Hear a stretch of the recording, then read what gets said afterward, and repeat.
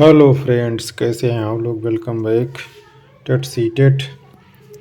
मित्रों, आज मैं बहुत ही महत्वपूर्ण प्रश्नों का संकलन लेकर आया हूं। इसी प्रकार के प्रश्न आप लोगों को परीक्षा हाल में देखने को मिलेंगे, इसलिए आप लोग वीडियो के अंत तक बने रहिएगा। मैं रमेश चतुर्वेदी। यदि आप मेरा चैनल सब्सक्राइब न किए हों तो प्लीज़ सब्सक्राइब कर लें, बेल आइकन को प्रेस कर लें, जिससे आपको इसी प्रकार के महत्वपूर्ण प्रश्नों का संकलन प्राप्त होता रहे। तो चलते हैं आज के पहले प्रश्न पर। आज का पहला प्रश्न है, निम्नलिखित में से कौन सी शिक्षण अधिगम के लिए एक प्रभावशाली शिक्षण प्रणाली नहीं है। निगेटिव पूछा जा रहा है। ऑप्शन है प्रयोग एवं पर्यवेक्षण, संवाद एवं परिचर्चा, दिए गए ज्ञान को दोहराने पर ध्यान केंद्रित करना, या बच्चों को अंतर्दृष्टि के द्वारा अनुमान लगाने के लिए प्रोत्साहित करना। तो इसका ऑप्शन सही होगा नंबर सी, दिए गए ज्ञान को दोहराने पर ध्यान केंद्रित करना। शिक्षण अधिगम के लिए प्रभावशाली शिक्षण प्रणाली निम्नलिखित है। प्रयोग एवं पर्यवेक्षण प्रणाली, संवाद एवं परिचर्चा प्रणाली, बच्चों को अंतर्दृष्टि के द्वारा अनुमान लगाने के लिए प्रोत्साहित करना, सक्रिय क्रिया आधारित अधिगम प्रणाली, परियोजना प्रणाली आदि। अतः दिए गए ज्ञान को दोहराने या रटने पर ध्यान केंद्रित करके शिक्षण को प्रभावशाली नहीं बनाया जा सकता है। बाकी अन्य ऑप्शन जो हैं वो सही हैं। चलते हैं अगले प्रश्न पर। अगला प्रश्न है, निम्नलिखित में से कौन से कारक अधिगम को प्रभावित करते हैं। ऑप्शन है विद्यार्थी की अभिरुचि, विद्यार्थी का सांवेगिक स्वास्थ्य, शिक्षा शास्त्रीय रणनीतियाँ, विद्यार्थी का सामाजिक एवं सांस्कृतिक संदर्भ। तो इसका ऑप्शन सही होगा number C, first, second, third और फोर्थ। यानी ये चारों सही है। ये भी सही है, ये भी सही है, ये भी सही है और ये भी सही है।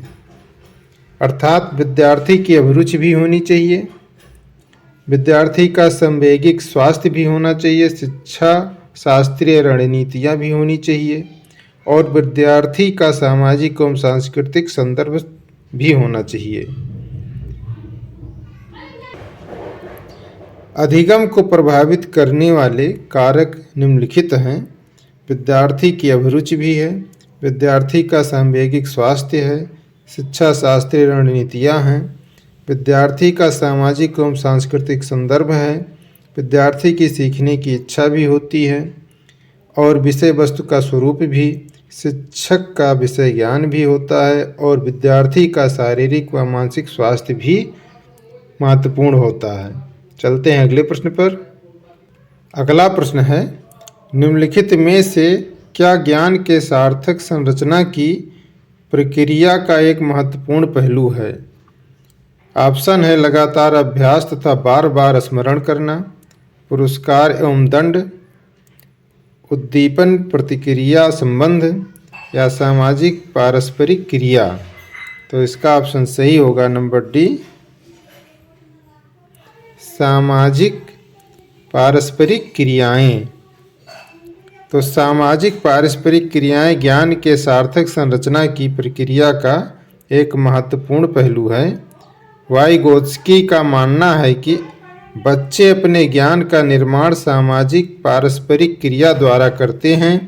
वाइगोत्स्की के अनुसार बच्चों की भाषा, स्मृति, अमूर्त चिंतन, प्रत्यय निर्माण आदि कौशलों के विकास में सामाजिक पारस्परिक क्रियाएं महत्वपूर्ण भूमिका निभाती हैं।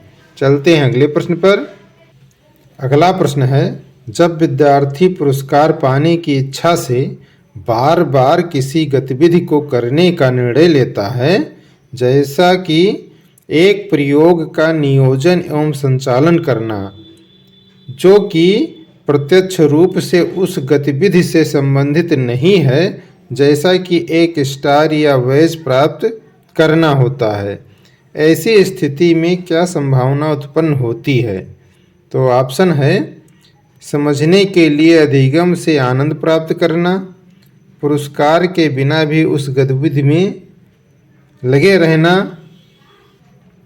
या अन्य लोगों को खुश करने के लिए कार्य करने के बजाय स्वयं की निपुणता के लिए उद्देश्य निर्धारित करना, या फिर अधिगम के प्रति भौतिकवादी अभिव्यक्ति का विकास करना। तो इसका ऑप्शन यही सही होगा, नंबर डी, अधिगम के प्रति भौतिकवादी अभिवृत्ति का विकास करना ही होगा, अन्य ऑप्शन गलत होंगे।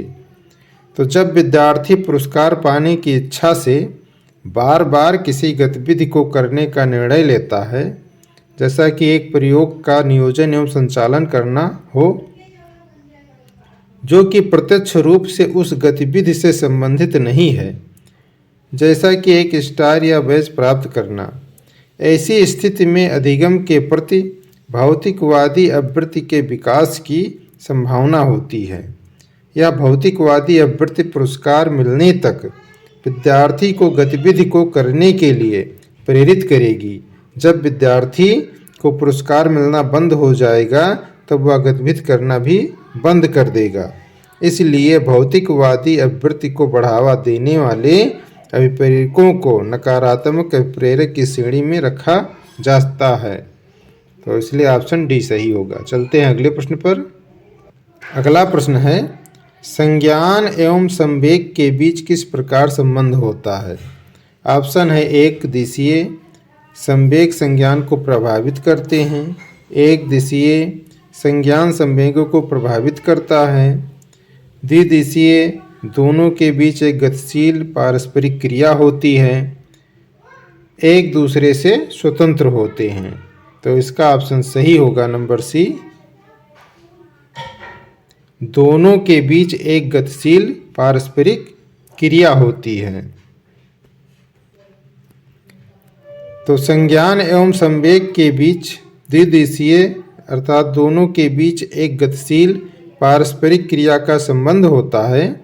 संवेग एवं संज्ञान एक दूसरे को प्रभावित करते हैं और प्रभावित भी होते हैं।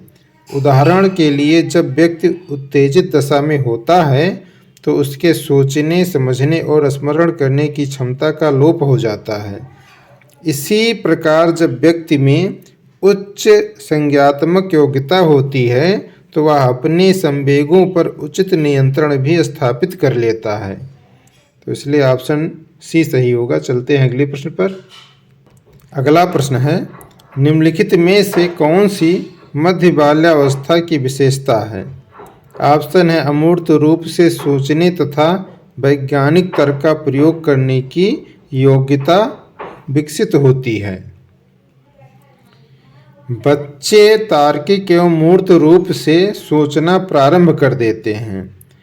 अधिगम मुख्य रूप से संवेदी एवं चार गतिविधियों द्वारा घटित होता है।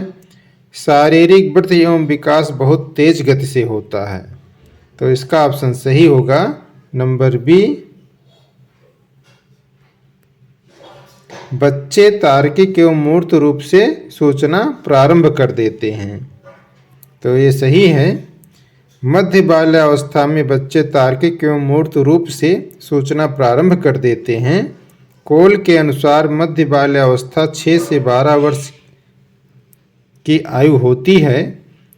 पियाजे ने इस अवस्था को मूर्त संक्रियात्मक अवस्था कहा है, जिसमें बालक तार्किक एवं मूर्त रूप से चिंतन करने लगता है। इसी अवस्था में विलोम्यता और संरक्षण जैसे गुणात्मक मानसिक योग्यताओं का विकास होता है। चलते हैं अगले प्रश्न पर। अगला प्रश्न है, परिवार एवं पास पड़ोस बच्चों के सामाजिकरण की ऑप्शन है प्राथमिक एजेंसियां हैं, मध्य एजेंसियां हैं, द्वितीयक एजेंसियां हैं या मनोवैज्ञानिक एजेंसियां हैं। तो इसका ऑप्शन सही होगा, नंबर ये, प्राथमिक एजेंसियां हैं। तो परिवार एवं पास पड़ोस बच्चों के सामाजिकरण की प्राथमिक एजेंसियां हैं। तो परिवार एवं पास पड़ोस बच्चों के सामाजिकरण की प्राथमिक एजेंसियां हैं। बालक जन्म के बाद परिवार के ज़्यादा से ज़्यादा सदस्यों के संपर्क में आता है और उसके क्रियाकलापों तथा व्यवहार के तौर तरीकों से उनके विविध स्वरूपों जैसे क्रोध करना, चिल्लाना, हंसना, हाथ, भुजा, पैर आदि हिलाने की अनुक्रियाओं का अनुकरण करता है। इस प्रकार की विशेष भावभंगिकाओं में उसे परिवार के लोगों से घुलने मिलने तथा उनसे स्वयं को जोड़ने में सहायता मिलती है।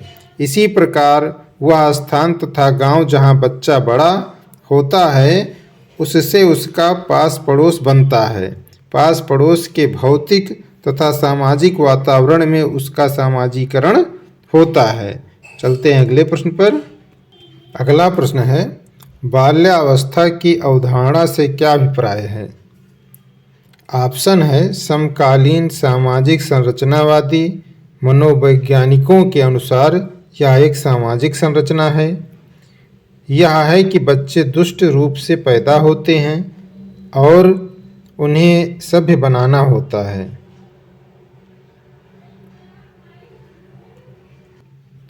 तथा यह कि बच्चे शून्य से शुरुआत करते हैं और उनके गुण पूरी तरह से परिवेश के द्वारा निर्धारित किए जाते हैं। यह विभिन्न सांस्कृतिक संदर्भों में सार्वभौम रूप से समान होता है। तो इसका ऑप्शन सही होगा नंबर ए। समकालीन सामाजिक संरचनावादी मनोवैज्ञानिकों के अनुसार यह एक सामाजिक संरचना है। तो बाल्यावस्था की अवधारणा का अभिप्राय है कि समकालीन सामाजिक संरचनावादी मनोवैज्ञानिकों के अनुसार यह एक सामाजिक संरचना है। तो इसलिए समकालीन सामाजिक संरचनावादी मनोवैज्ञानिकों के अनुसार बाल्यावस्था एक सामाजिक संरचना की अवस्था है। बाल्यावस्था में सामाजिकरण की गति तीव्र हो जाती है। बालक समाज के प्रत्यक्ष संपर्क में आता है, जिसके फलस्वरूप उसका सामाजिक विकास तीव्र गति से होता है। बाल्यावस्था में समूह सदस्यता, सामाजिक गुण, बहिर्मुखी प्रवृत्ति, सामाजिक स्वीकृति की चाह, मित्र चयन आदि सामाजिक गुणों का विकास होता है। चलते हैं अगले प्रश्न पर। अगला प्रश्न है, समाज में विभिन्न लिंगों के लिए उपयुक्त मानी जाने वाली प्रारूपिक विशेषताओं के बारे में जनसामान्य की अवधारणाओं को क्या कहते हैं? ऑप्शन है जेंडर भूमिकाएं, जेंडर पहचान, जेंडर रूढ़िवादिताएं या जेंडर विभेदीकरण। तो इसका ऑप्शन सही होगा नंबर सी, जेंडर रूढ़िवादिताएं। तो समाज में विभिन्न लिंगों के लिए उपयुक्त मानी जाने वाली प्रारूपिक विशेषताओं के बारे में जनसामान्य की अवधारणाओं को जेंडर रूढ़िवादिताएं कहते हैं। प्रत्येक समाज में पुरुषों और महिलाओं के लिए अलग अलग पोशाकें, भूमिकाएं और जिम्मेदारियां निर्धारित हैं। भूमिकाओं और जिम्मेदारियों का यह विभाजन परिवार और समाज में उनके सामाजिकरण को निर्धारित करता है तथा यही पुरुषों और महिलाओं के प्रति भावपूर्ण रवैये या लिंग रूढ़िवादिता का कारण बनता है। चलते हैं अगले प्रश्न पर। अगला प्रश्न है, हाल ही में पाठचर्या में ऐसी कहानियों को शामिल करने के लिए विवेकशील प्रयास किया गया है जिसमें पिता घर के कार्यों में लगा रहता है और माता साहसी गतिविधियों को करती है। यह कदम किस लिए महत्वपूर्ण है? ऑप्शन है यह जेंडर रूढ़िवादिता को समाप्त करता है, यह जेंडर स्थिरता को प्रोत्साहित करता है, यह जेंडर विभेदीकरण को बढ़ाता है, यह जेंडर पक्षपात को सशक्त बनाता है। तो इसका ऑप्शन सही होगा नंबर ए, यह जेंडर रूढ़िवादिता को समाप्त करता है। ये सत्य है। हाल ही में पाठचर्या में ऐसी कहानियों को शामिल करने के लिए विवेकशील प्रयास किया गया है जिसमें पिता घर के कार्यों में लगा रहता है और माता साहसी गतिविधियों को करती है। यह कदम जेंडर रूढ़िवादिता को समाप्त करता है। आमतौर पर पाठ्य पुस्तकों में पुरुषों को घर का मुखिया, मालिक, संपत्ति की देखभाल करने वाला और साहसिक कार्यों में संलग्न माना जाता है, जबकि महिलाओं को घर संभालने, बच्चों और बड़े बूढ़ों की देखभाल करने तथा घरेलू कार्यों में संलग्न माना जाता है। यह प्रायः लैंगिक रूढ़िवादिता का कारण बनता है, जो एक प्रगतिशील समाज में अभिशाप है। चलते हैं अगले प्रश्न पर। अगला प्रश्न है, वाइगोत्स्की के अनुसार जब एक वयस्क बच्चे के निष्पादन के वर्तमान स्तर को सहयोग द्वारा विस्तारित करता है तो इसे क्या कहते हैं?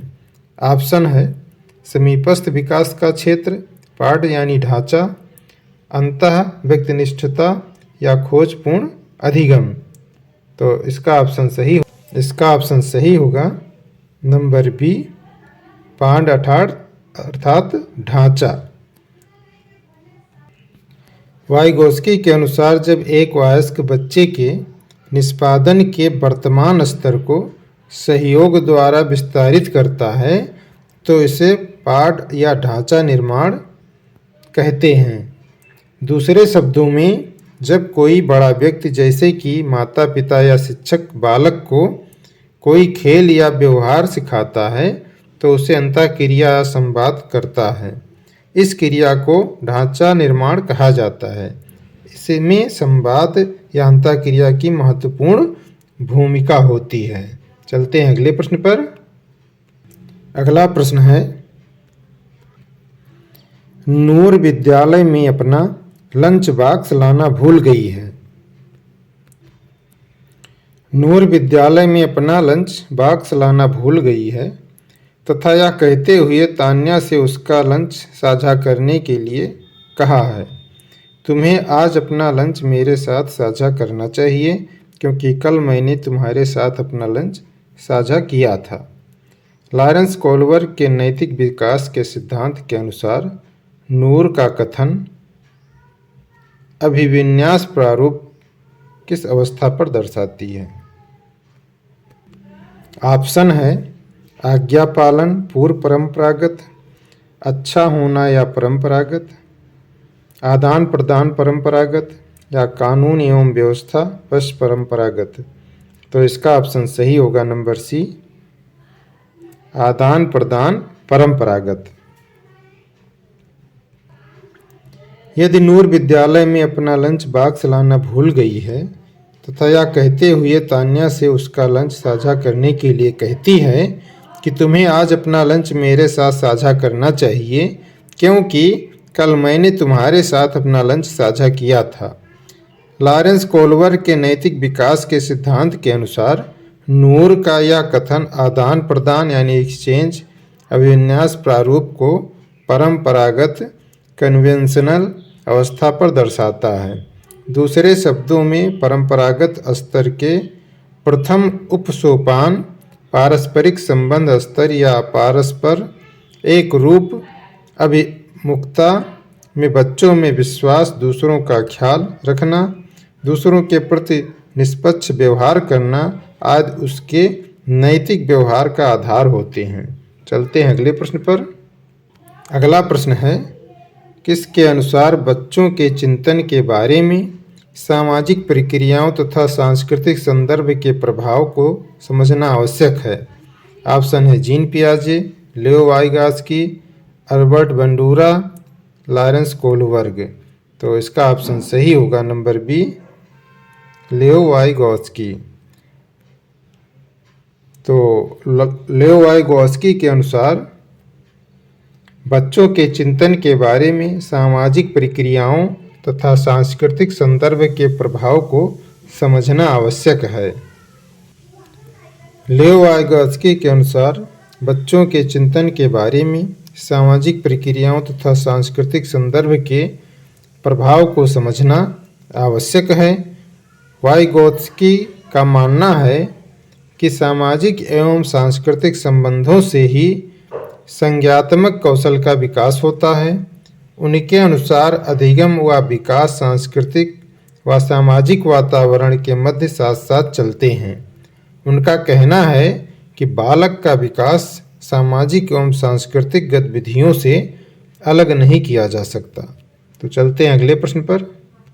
अगला प्रश्न है, पियाजे के संज्ञात्मक विकास के सिद्धांत से निहितार्थ निकालते हुए एक ग्रेड 6 से 8 के शिक्षक को अपनी कक्षा में क्या करना चाहिए? ऑप्शन है, ऐसी समस्याएं प्रस्तुत करनी चाहिए जिसमें तर्क आधारित समाधान की आवश्यकता होती है। एक अवधारणा को पढ़ाने के लिए केवल मूर्त सामग्रियों का प्रयोग करना चाहिए। नंबर सी, केवल निर्धारित पाठ्यक्रम पर निर्भर रहना चाहिए या तार्किक बहस के प्रयोग को हतोत्साहित करना चाहिए। तो इसका ऑप्शन सही होगा नंबर ए, ऐसी समस्याएं प्रस्तुत करनी चाहिए जिसमें तर्क आधारित समाधान की आवश्यकता होती है। पियाजे के संज्ञात्मक विकास के सिद्धांत से निहितार्थ निकालते हुए एक ग्रेड 6 से 8 के शिक्षक को अपनी कक्षा में ऐसी समस्याएं प्रस्तुत करनी चाहिए जिसमें तर्क आधारित समाधान की आवश्यकता होती है, क्योंकि पियाजे का मानना है कि बच्चे अपने ज्ञान का निर्माण स्वयं करते हैं, इसलिए उनके समक्ष ऐसी परिस्थितियों का निर्माण करना चाहिए जिसमें वह स्वयं खोज के द्वारा अधिगम अनुभव प्राप्त करें। चलते हैं अगले प्रश्न पर। अगला प्रश्न है, हावर्ड गार्डनर के बहुबुद्ध सिद्धांत के अनुसार तार्किक गणितीय बुद्धि वाले एक व्यक्ति की क्या विशेषताएं हो सकती हैं? ऑप्शन है, दृश्य स्थानिक परिवेश को सटीक रूप से ग्रहण करने की योग्यता, संगीतमय व्यक्तियों के आवाज़ के स्तर, ताल एवं सौंदर्य परक गुणों को उत्पन्न करने एवं प्रशंसा करने की योग्यता। नंबर सी, पैटर्न को खोजने की एवं तर्क की लंबी श्रृंखला को हल करने की क्षमता और संवेदनशीलता, या ध्वनि, ताल तथा शब्दों के अर्थ के प्रति संवेदनशीलता। तो इसका ऑप्शन सही होगा नंबर सी, पैटर्न को खोजने की एवं तर्क की लंबी श्रृंखला को हल करने की क्षमता और संवेदनशीलता। हावर्ड गार्डनर के बहुबुद्ध सिद्धांत के अनुसार तार्किक गणितीय बुद्धि वाले एक व्यक्ति की मुख्य विशेषता यह होती है कि वह पैटर्न खोजने की एवं तर्क की लंबी श्रृंखला को हल करने की क्षमता और संवेदनशीलता प्रदर्शित करते हैं। दूसरे शब्दों में तार्किक गणितीय बुद्धि से तात्पर्य तर्क करने, गणितीय समस्याओं का समाधान करने, सादृश्यता अंकों के क्रम में व्याप्त संबंधों को पहचानने आदि की क्षमता से है। उच्च तार्किक गणितीय बालकों की गणितीय तथा तार्किक क्षमता अच्छी होती है। इन बच्चों को ऐसे पजल्स व खेल अच्छे लगते हैं जिनमें तर्कणा शक्ति की आवश्यकता होती है। चलते हैं अगले प्रश्न पर। अगला प्रश्न है, जीन पियाजे के संज्ञात्मक विकास के सिद्धांत के अनुसार परिकल्पित निगमनात्मक तर्क किस अवधि में विकसित होता है? ऑप्शन है, पूर्व संक्रियात्मक अवस्था, मूर्त संक्रियात्मक अवस्था, अमूर्त संक्रियात्मक अवस्था या संवेदी चालक अवस्था। तो इसका ऑप्शन सही होगा नंबर सी, अमूर्त संक्रियात्मक अवस्था। जीन पियाजे के संज्ञात्मक विकास के सिद्धांत के अनुसार परिकल्पित निगमनात्मक तर्क अमूर्त संक्रियात्मक अवस्था में विकसित होता है। अमूर्त संक्रियात्मक अवस्था संज्ञात्मक विकास की अंतिम अवस्था है जो लगभग 11 से 15 वर्ष की आयु तक चलती है। इस अवस्था के दौरान बालक अमूर्त बातों के संबंध में तार्किक चिंतन करने की योग्यता विकसित कर लेता है। ध्यातव्य है कि मूर्त वस्तुओं तथा सामग्री के स्थान पर शाब्दिक तथा सांकेतिक अभिव्यक्ति का प्रयोग तार्किक चिंतन में किया जाता है। चलते हैं अगले प्रश्न पर। मित्रों, अगला प्रश्न जो है वो सामाजिक अध्ययन सामाजिक विज्ञान से संबंधित है और निम्नलिखित प्रश्नों के उत्तर देने के लिए सही सबसे उपयुक्त विकल्प चुनिए। निम्नलिखित में से कौन सा कथन खनिज के संदर्भ में सही नहीं है? ऑप्शन है इनका एक निश्चित रासायनिक संगठन होता है। बी, ये विभिन्न प्रकार के भूवैज्ञानिक परिवेश में निर्मित होते हैं। सभी खनिज अधात्विक होते हैं। यह प्राकृतिक रूप से प्राप्त होने वाले पदार्थ हैं। तो इसका ऑप्शन सही होगा नंबर सी, सभी खनिज अधात्विक होते हैं। खनिज एवं प्राकृतिक रूप से विद्यमान समरूप तत्व हैं जिसकी एक निश्चित आंतरिक संरचना होती है तथा ये विभिन्न प्रकार के भूवैज्ञानिक परिवेश में निर्मित होते हैं। खनिजों का निश्चित भौतिक तथा रासायनिक संगठन होता है। खनिज धात्विक, अधात्विक तथा ऊर्जा खनिज के रूप में वर्गीकृत किए जाते हैं अतः सभी खनिज अधात्विक होते हैं। यह कथन सही नहीं है। चलते हैं अगले प्रश्न पर। अगला प्रश्न है, निम्नलिखित का मिलान कीजिए। नर्मदा घाटी, आरंभिक गणतंत्र, वज्जी, आखेट और संग्रहण का लगभग 2500 वर्ष पूर्व के शहर।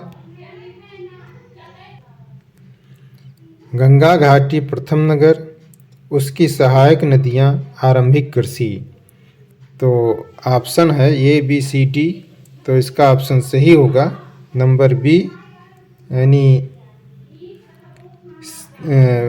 ए का सेकंड सही होगा, बी का फर्स्ट और सी का 5 और डी का से थर्ड और ई का फोर्थ सही होगा।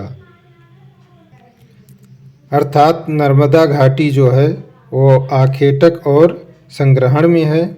वज्जी जो है आरंभिक गणतंत्र है। गारो पहाड़ियाँ जो आरंभिक कृषि है और गंगा घाटी जो लगभग 2500 वर्ष पूर्व के शहर हैं।